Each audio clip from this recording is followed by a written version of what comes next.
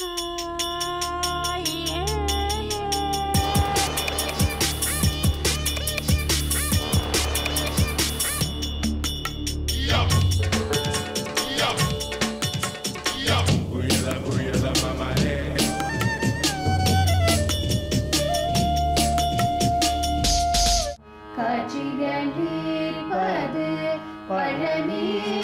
Inde, les hommes pensent que l'art est né d'un projet divin.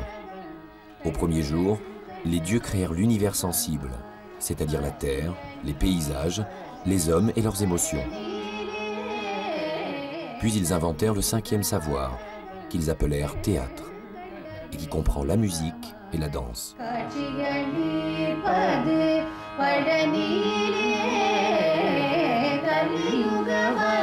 La tradition lyrique indienne est perpétuée dans le moindre village du sous-continent, selon des variantes infinies.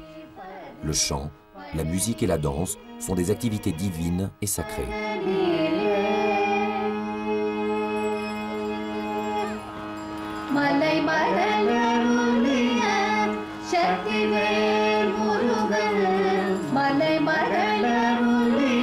La musique et la danse, comme les divinités qui peuplent les innombrables sanctuaires indiens, racontent la perception hindoue de l'univers.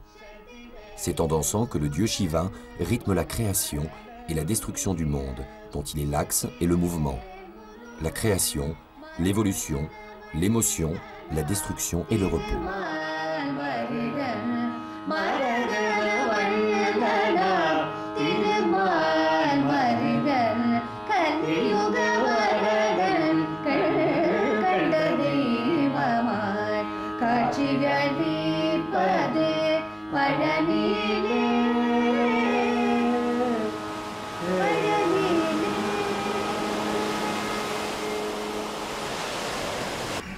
Dans le sud de l'Inde, à Madras, le Kalakshetra est une des écoles d'art les plus renommées.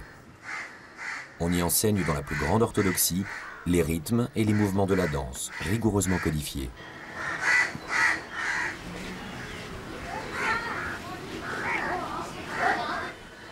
L'école a été fondée en 1936 par une danseuse qui souhaitait retrouver la pureté de la danse classique religieuse du sud de l'Inde, le Bharatanatyam. L'Institut est installé dans un parc de banyan, de manguiers et de cocotiers. De toutes parts résonne le son des flûtes, des cymbales et les percussions sur lesquelles les apprenties danseuses s'entraînent.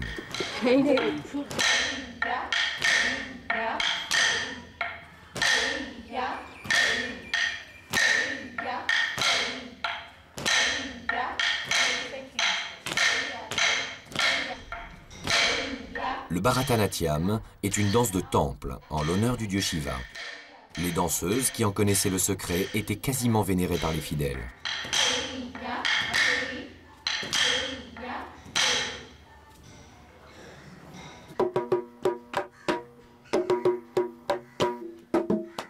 Les mridangam sont les tablas de l'Inde du Sud.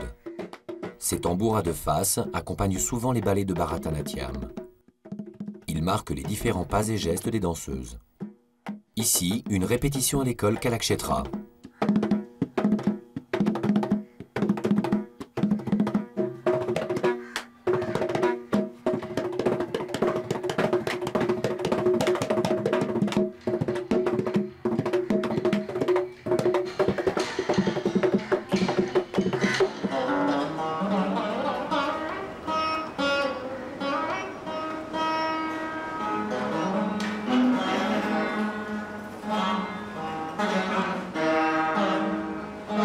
Contrairement à la musique classique européenne, la musique classique indienne n'est pas écrite. Les musiciennes et les musiciens ne lisent pas de partition. Ils apprennent le maniement de leurs instruments, la codification des rythmes et des différents morceaux, puis ils se laissent aller, selon leur respiration.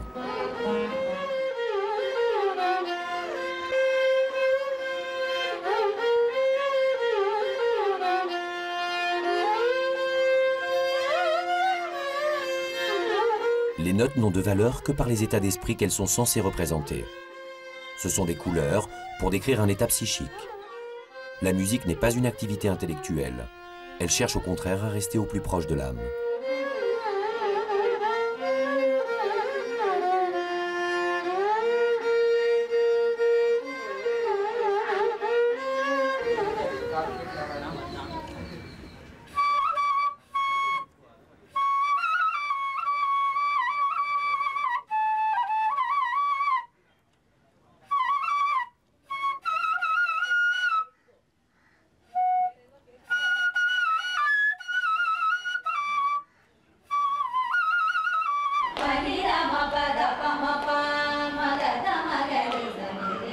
Indissociable de la musique et de la danse, le chant s'accompagne de variations mélodiques. Là aussi, plutôt qu'un travail de composition, il s'agit d'apprendre à transmettre les émotions en modulant sa voix, guidée pas à pas par des maîtres.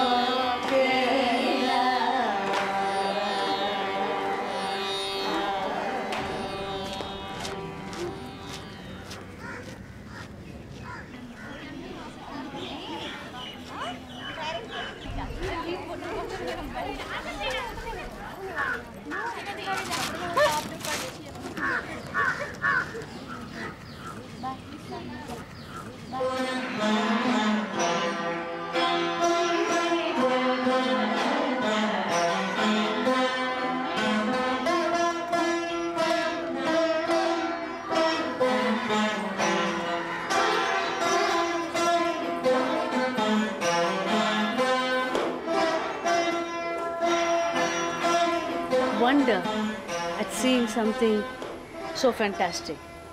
Will you try it? One. Toute danse doit être exécutée sous l'emprise d'une émotion. Still, I want the eyes again.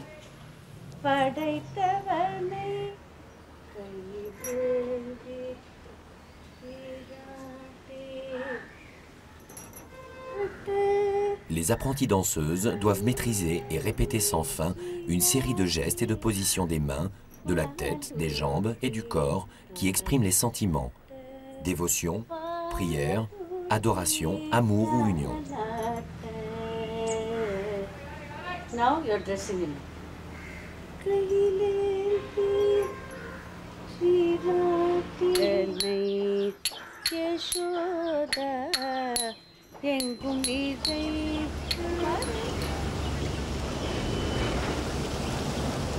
Encore plus au sud de l'Inde, dans l'état du Kerala, Kalamandalam, l'Académie des arts du Kerala. L'école a été fondée en 1930 par un poète, Vallathol, qui souhaitait préserver les arts classiques et assurer leur transmission. Ici sont formés parmi les meilleurs danseurs de Kathakali ou de Mohiniyattam.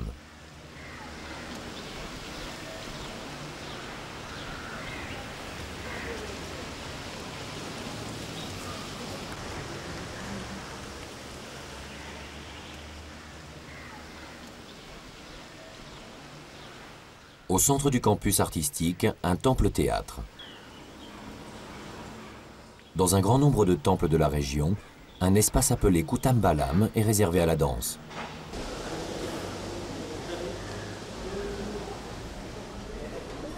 Sur les colonnes et les murs, 108 karnas ou postures de danse ont été sculptées.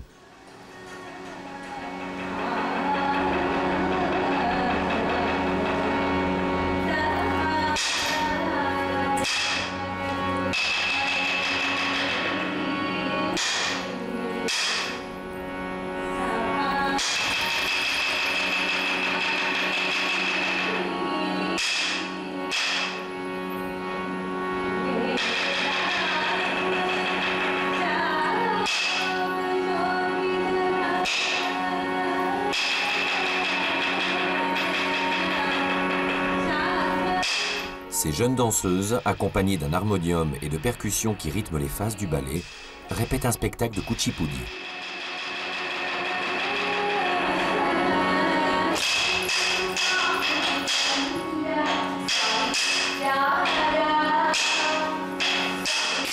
Le Kuchipudi vient d'un village de l'état voisin du Kerala, le Tamil Nadu. Ce village était habité par des brahmanes, c'est-à-dire des gens de haute caste qui avaient pour spécialité les danses sacrées. Ils créèrent la danse du Kuchipudi au XVIIe siècle, afin d'honorer le dieu Krishna.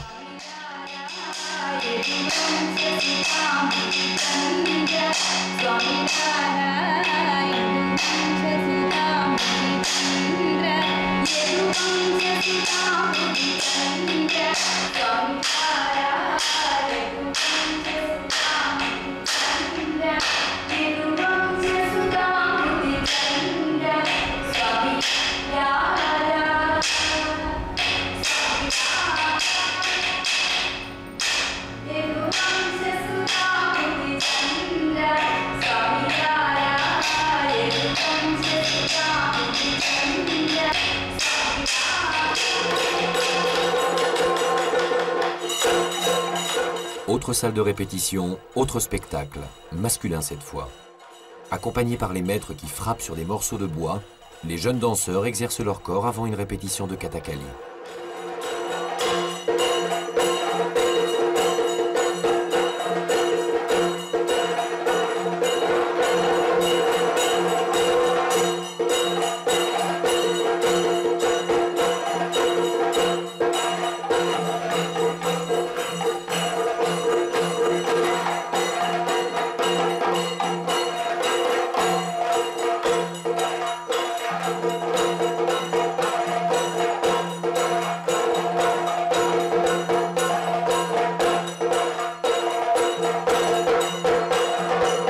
Il faut en moyenne 8 années d'apprentissage à ces jeunes artistes pour maîtriser l'art de jouer ce drame dansé du Kerala, né au XVIe siècle, qui raconte des épisodes des épopées indiennes du Mahabharata et du Ramayana. Il s'impose une discipline de fer, tant physique que mentale. La maîtrise des pas, des postures, mais aussi du rythme leur demande une concentration quotidienne.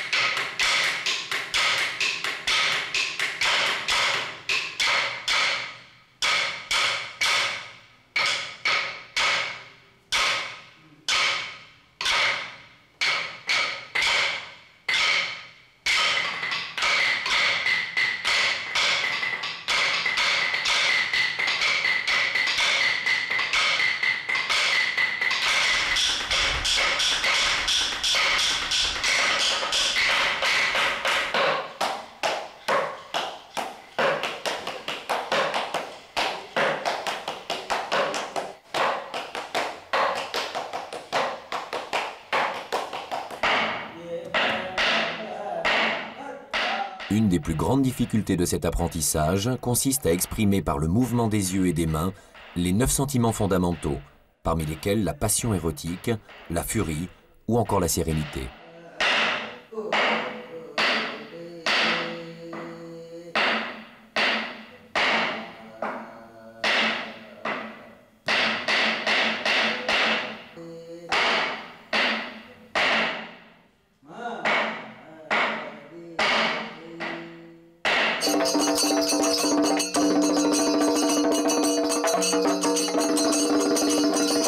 Aussi conventionnel que le jeu des corps, le maquillage du Kathakali est très élaboré.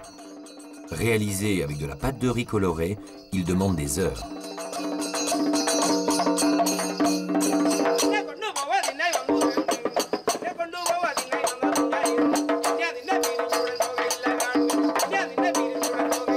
La poudre végétale dessine sur les visages les contours de divinités multicolores.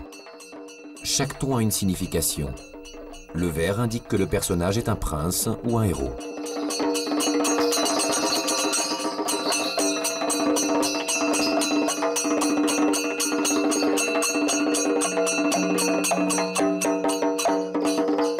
Ici, un œil de démon.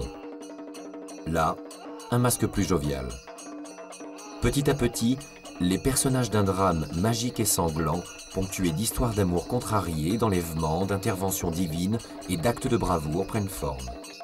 C'est toujours le bien qui finit par triompher sur le mal.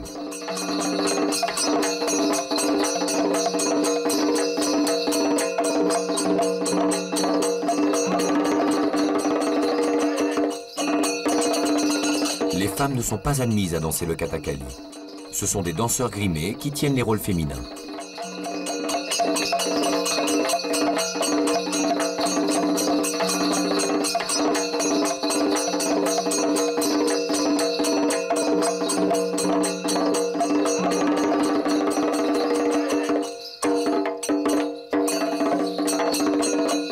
Le spectacle qui se déroule traditionnellement dans les villages sur une estrade de bois commence vers 10 h du soir et se prolonge jusqu'à l'aube.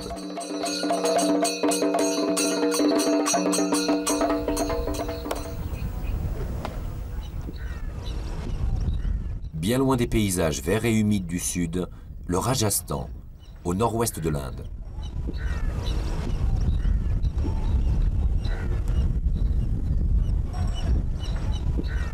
La danse y a été marquée par d'autres traditions, d'autres civilisations.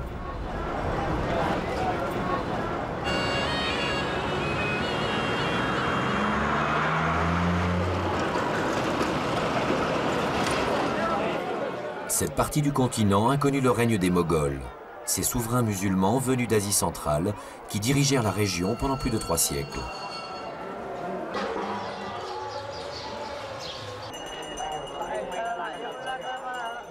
À côté de nombreuses danses tribales, propres à chacune des innombrables communautés, on y enseigne la danse classique du Nord, le Kathak.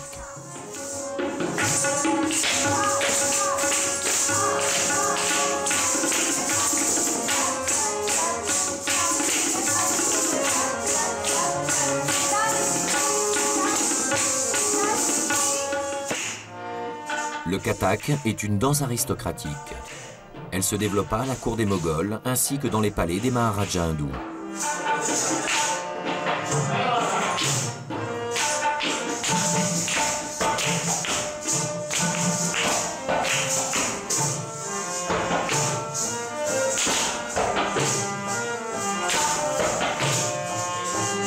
C'est le battement des pieds de la danseuse sur le sol qui caractérise cette danse. Les chevilles, ornées de grelots, en accentuent la sonorité.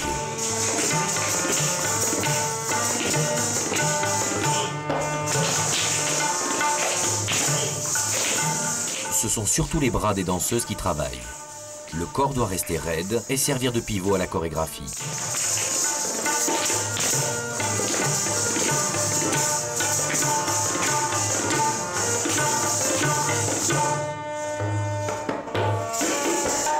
Contrairement aux danses du sud de l'Inde, les mouvements n'expriment pas un sentiment, mais un rythme bien particulier, imposé par le joueur de tabla.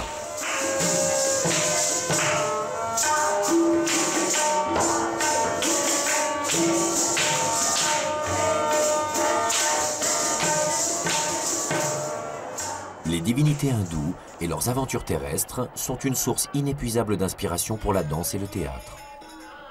Ici, toujours au Rajasthan, lors du pèlerinage de Pushkar, une représentation mythologique interprétée par des enfants costumés. Elle raconte l'épopée de la vie des dieux Brahma et surtout Krishna. Des couplets qui évoquent leurs exploits sont chantés et dansés.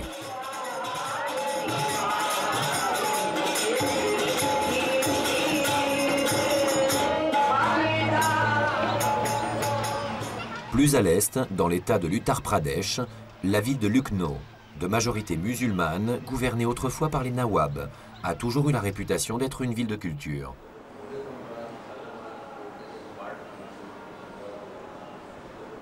Dans les salles de répétition, on enseigne les percussions et surtout l'art de jouer du sarangi. Cet instrument est d'origine arabe. En Inde du Nord, il accompagne les danses et le théâtre. Sa caisse de résonance en bois est couverte de peaux et de cordes en boyau et en métal. On en joue avec un petit archet.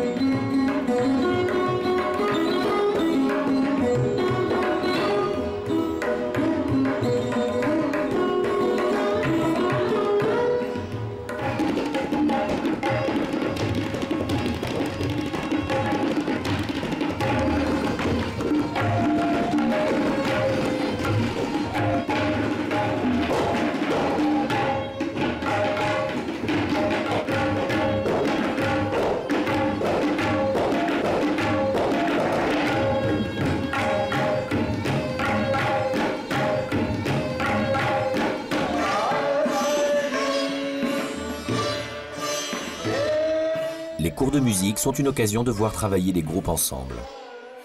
La plupart du temps, lors de ballets, de concerts ou de représentations théâtrales, les musiciens sont rarement plus de 4 ou 5 à la fois, et il n'existe pas à proprement parler de groupe.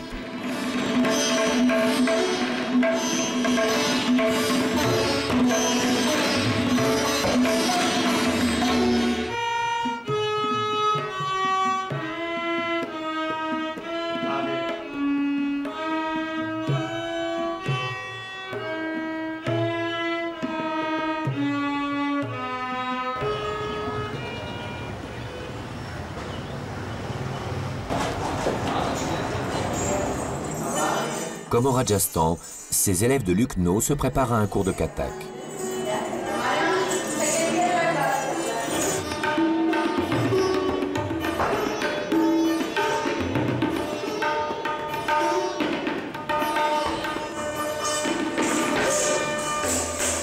Lorsque les premiers voyageurs européens furent reçus chez les souverains moghols, ils jugèrent cette danse lascive et vulgaire. À l'époque, elle avait perdu de sa pureté et était devenue une danse de cabaret exécutée par des femmes légères.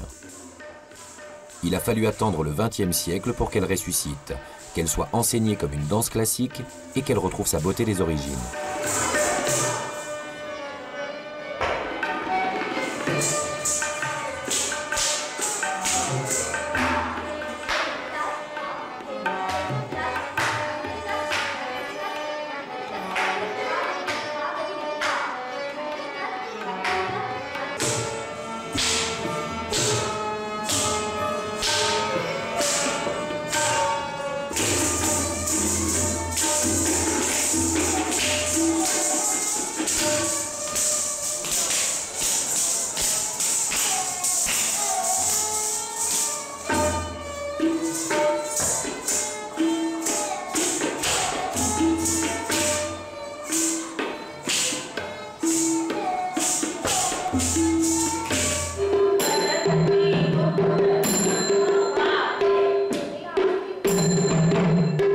Aujourd'hui classé comme un des styles majeurs de la danse indienne, le Manipuri est dédié au dieu Krishna.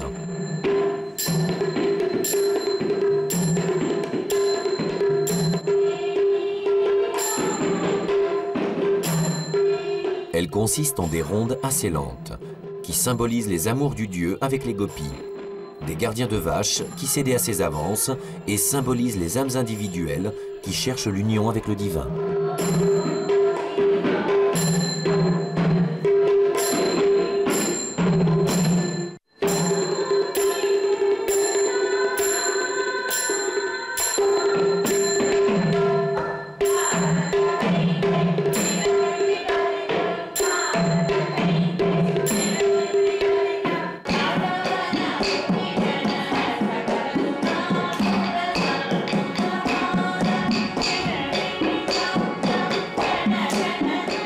Toutes les danses indiennes, c'est le Bharatanatyam, la danse sacrée des temples du sud de l'Inde, qui se veut la plus proche du principe divin. Consacrée à Shiva, elle représente l'activité cosmique sous deux aspects. Le premier, passif, est le fait même de se mouvoir, envisagé comme une manifestation de la vie. Le second, actif, symbolise la recherche d'harmonie dans ce mouvement, par le sens esthétique. À travers une ronde autour de l'objet convoité, amante ou divinité, l'être humain cherche à s'unir avec l'âme cosmique, le principe divin.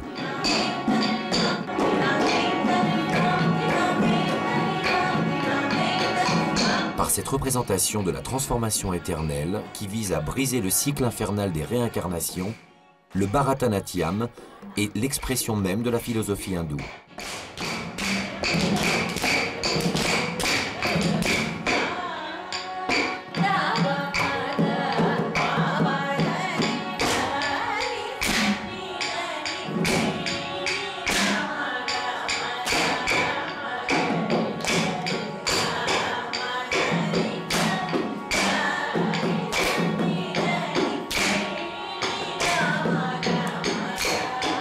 Union avec le divin, ronde cosmique, née d'un destin divin, la danse et la musique de l'Inde relient l'âme humaine au cœur de la création.